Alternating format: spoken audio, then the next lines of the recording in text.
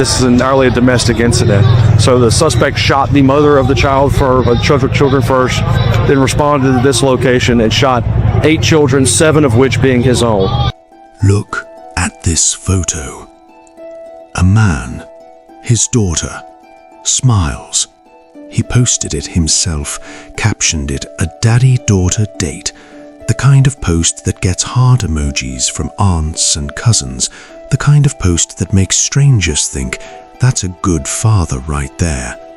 That photo was taken days before April 19th. Heartbreaking and horrific mass shooting in Shreveport, Louisiana. 8 children between the ages of 1 and 14 were killed in what police are calling a gruesome crime scene. By the time the sun came up on that Sunday morning, 8 children were dead, and he had killed every single one of them. This is not a story about a monster who came from nowhere. This is a story about a dangerous man who hid in plain sight, in Easter photos, in daddy-daughter dates, in the uniform of a soldier, while something catastrophic was building underneath. And there is one detail about that morning, one thing that happened inside that house that neither the police report nor the press conference fully explains. We'll get to it. This is also a story about a system that saw the warning signs 6 years before April 19th and looked the other way. Welcome to Final Days Alive. Stay with me, because this one matters. It was early Sunday morning in Shreveport, Louisiana. Cedar Grove is a quiet, working-class neighborhood on the southwestern side of the city.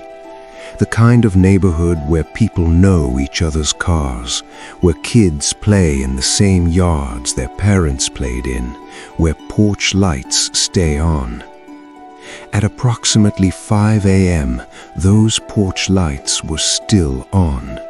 The dogs were quiet. The street was still. Most of those children were asleep. Shamar Elkins was 31 years old. He knew exactly where he was going. His first stop was Harrison Street.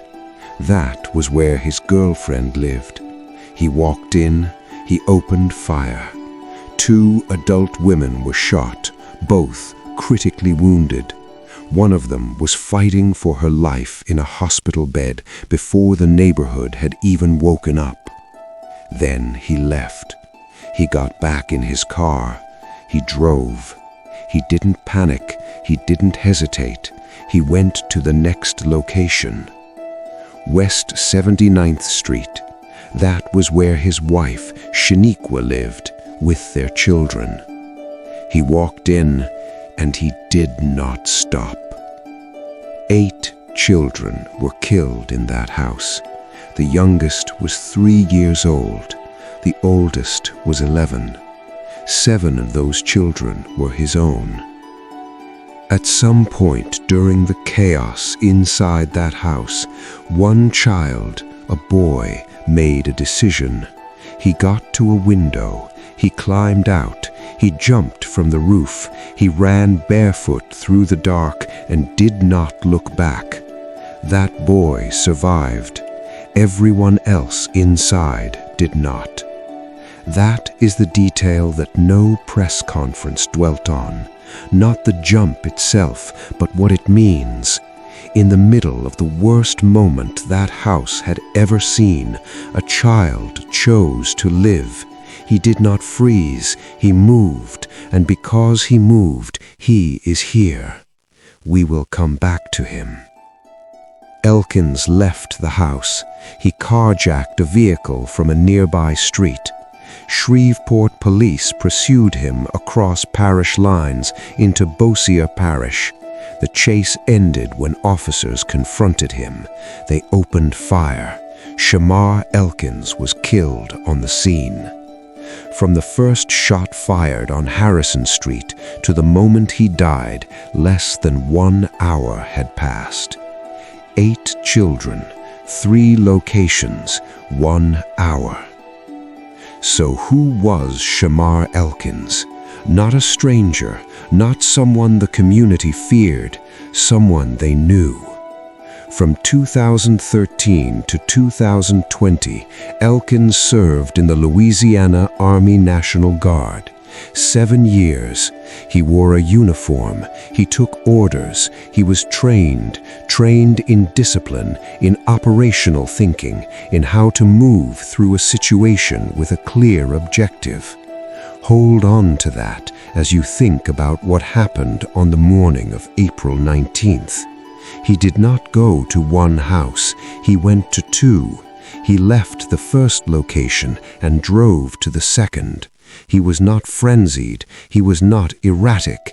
He moved with cold, deliberate sequence. That is not the behavior of a man who snapped. That is the behavior of a man who planned. After his military service ended in 2020, he returned to civilian life. On the surface, things looked normal. The social media presence was carefully maintained. The Easter photos, the lunch dates, the image of a present, loving father. But underneath that image, pressure was building. His marriage to Shaniqua was deteriorating.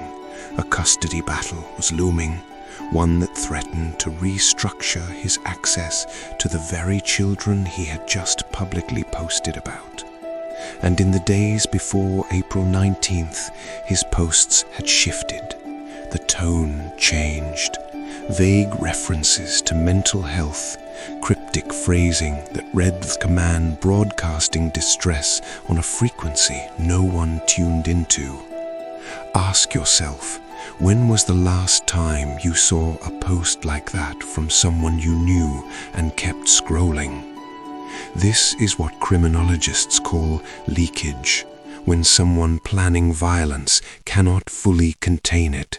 It seeps out in fragments, in odd posts, in behavioral changes that people only remember after the fact. The people around Shamar Elkins remembered after. Now, I need to tell you about 2019, because this is where the story becomes something more than tragedy. This is where it becomes an indictment.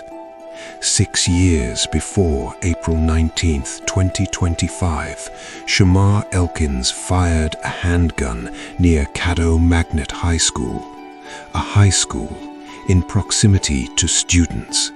He was charged. He received 18 months of probation, not prison, not a meaningful firearms restriction, probation. I want you to sit with that. Why didn't it work? There are people in Caddo Parish who know exactly why, and so far none of them are talking. Louisiana has statutes specifically designed to impose serious consequences for weapons offenses near schools.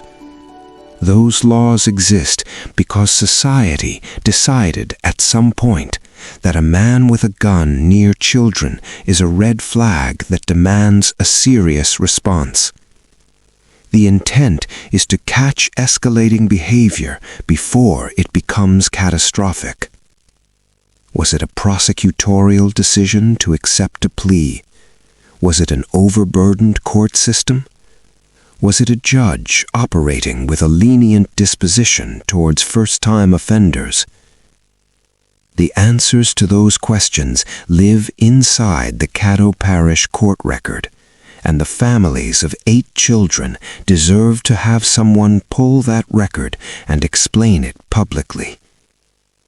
Because if the system had worked in 2019, if the response to that weapons charge had been proportionate, if his access to firearms had been genuinely restricted, the morning of April 19th, 2025 might have looked completely different.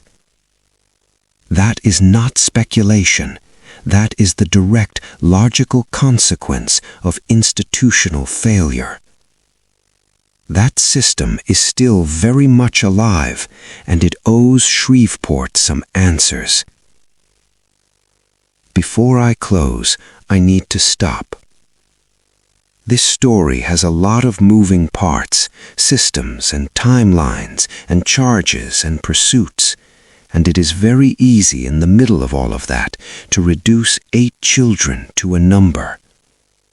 I will not do that. These are not victims.